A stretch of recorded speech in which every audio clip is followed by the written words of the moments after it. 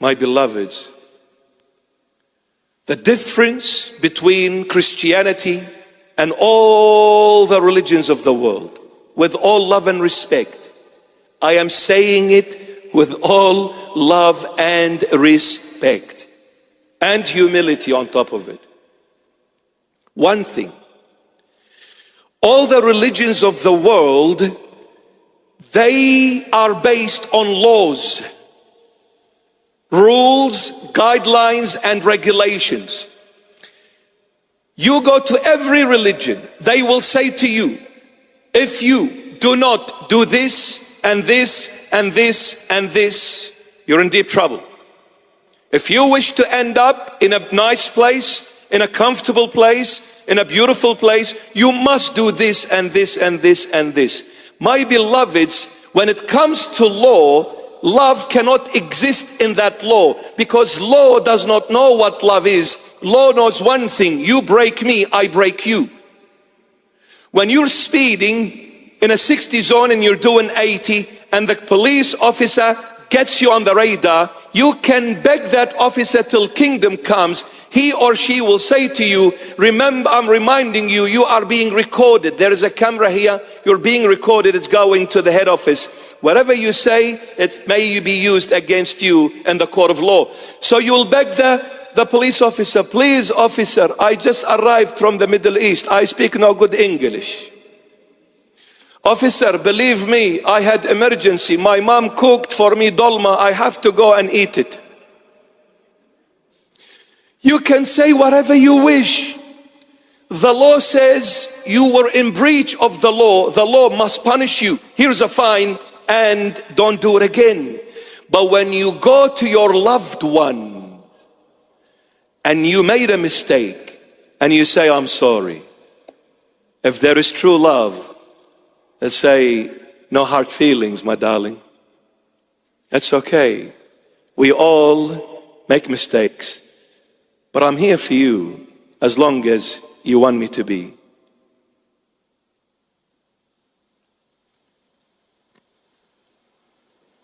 Christianity is not a religion in that sense. Because Christianity is not about rules, guidelines, and regulations. Christianity is based on a person called Jesus Christ of Nazareth. In this sense, it is not a religion.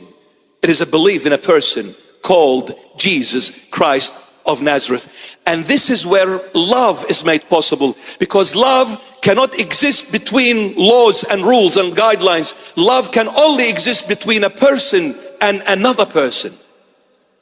I cannot love law, but I can love another human being. And this is why God became man, so he can share our human nature. To be like us in order for love to be manifested through him and made possible between God and man. So I am coming to rule over you with love. And when it comes to love, I want your heart, not your mind. In Proverbs 23:26, King Solomon says, which is the Lord God speaking through King Solomon, Proverbs 23:26, my son, give me your heart and let your eyes observe my ways. You want to know how God functions? You want to know how God operates? You want to know how God does things? Give him your heart. When you give him your heart, you are entering a relationship based on love. You are allowing Jesus Christ, the King of all kings, to rule over your heart based on love. And with that love, the unknown God becomes known. You see, love does the impossible.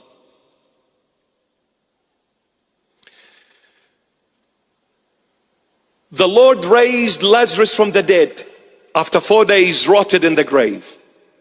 And to some people, they might say, well, this is the ultimate miracle where a dead person 4 days in the grave was raised. There is no greater miracle than this. Yes, there is, my dear friend.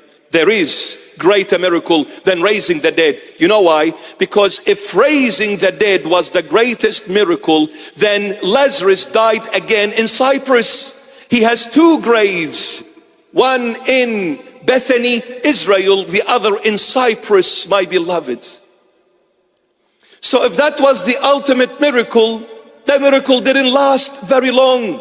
30 years, he became the bishop of Cyprus and died again.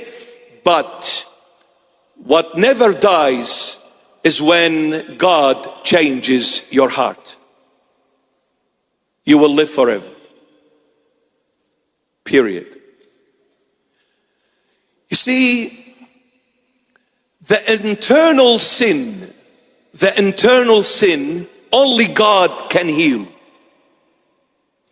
Because everything that is external is temporal, but everything that is internal is eternal.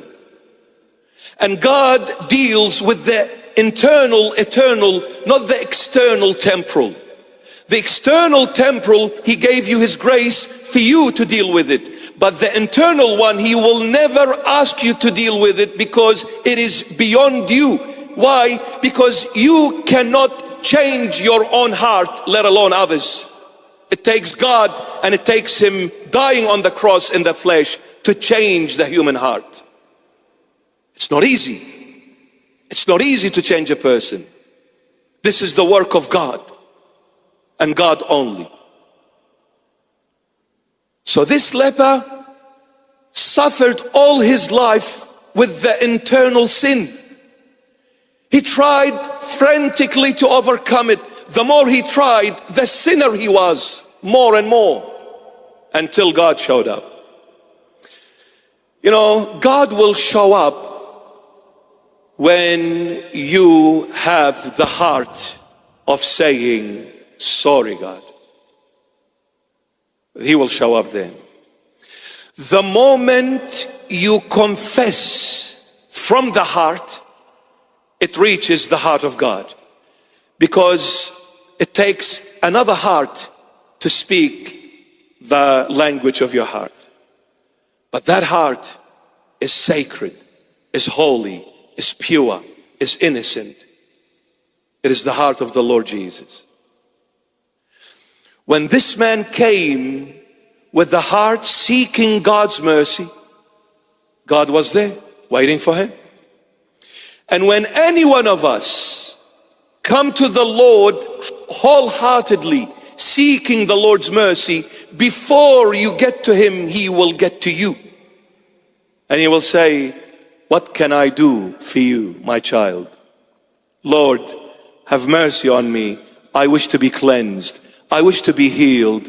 I've been suffering from this inner struggle for so many long years. I can't bear it anymore, Lord. I need help.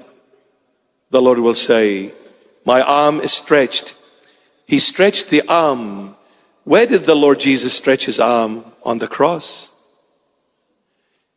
You see, He stretched the arm on the leper to say, it took my arm being stretched on the cross to wash away your sins. And who can forgive sins? Only God. It's a sick world. Sick as, baby. Sick as, bro. What's up, brother? Sick world. Someone wants to be a dog. Wait, what is this man sick?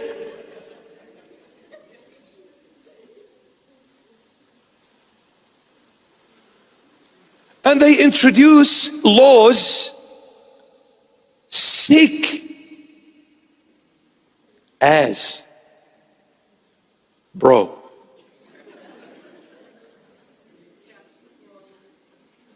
Sick as.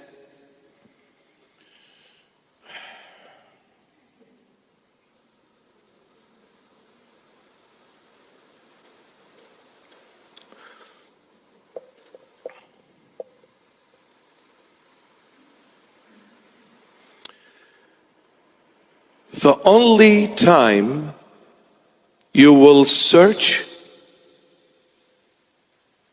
is when you have lost something once upon a time you had.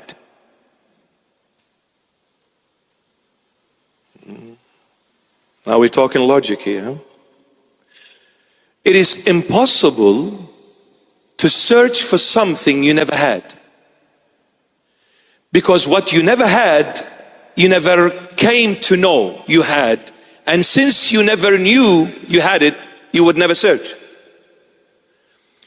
What drives you to searching is once upon a time you had something and you've lost it, and now you're trying to find it. This is the only way for you to search. God had us once upon a time in the Garden of Eden. We broke His word and we got separated. He lost us for a moment. That's why He came searching for what He lost. And Jesus found Philip. What do you mean found? He was looking for Philip. He was searching for Philip. Why? Because he had lost him. If there was never Philip, God wouldn't look for someone never exists. And same thing, humans will not ever search for something they never had. They can only search for what they had and they've lost. And now they're searching for it.